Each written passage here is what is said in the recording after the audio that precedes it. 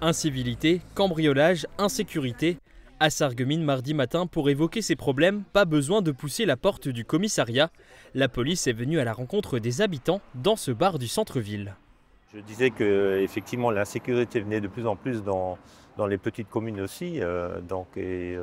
Il m'a bien confirmé qu'effectivement ce n'est pas seulement sur les grandes villes. Les échanges se font sans tabou et les questions fusent, notamment de la part de ces jeunes de l'IME de Sarreguemines. Est-ce que vous recrutez des stagiaires ou bien... Alors oui, on recrute des stagiaires, mais dans des domaines bien particuliers. Je vais aussi demander comment ils s'en sortent avec les critiques qui se prennent. Ça les blesse vraiment.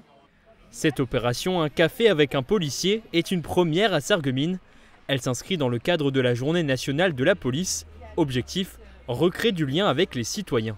Je trouve que c'est un bon compromis de voir aussi un peu la police dans d'autres circonstances que uniquement sur des interventions de police. Sur le plan local et à Sarreguemines en particulier, il n'y a pas de tension dans les relations.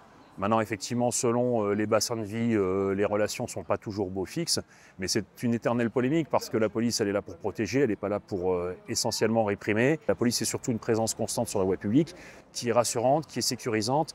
Cette matinée était aussi l'occasion pour les forces de l'ordre de parler recrutement.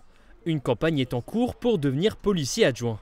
Les jeunes qui remplissent les conditions statutaires, donc de moins de 35 ans, sans obligation de diplôme de bac et qui seraient intéressés par un métier de police, peuvent être recrutés sur recrutement de sélection et ça permet ensuite d'exercer sous contrat sur 3 ans renouvelables, donc sur un maximum de 6 ans, après une formation et après avoir répondu aux aptitudes requises, notamment physiques.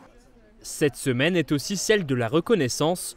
Une cérémonie s'est tenue hier à Metz pour remettre les médailles d'honneur et saluer l'engagement parfois jusqu'au sacrifice de celles et ceux qui servent sous l'uniforme.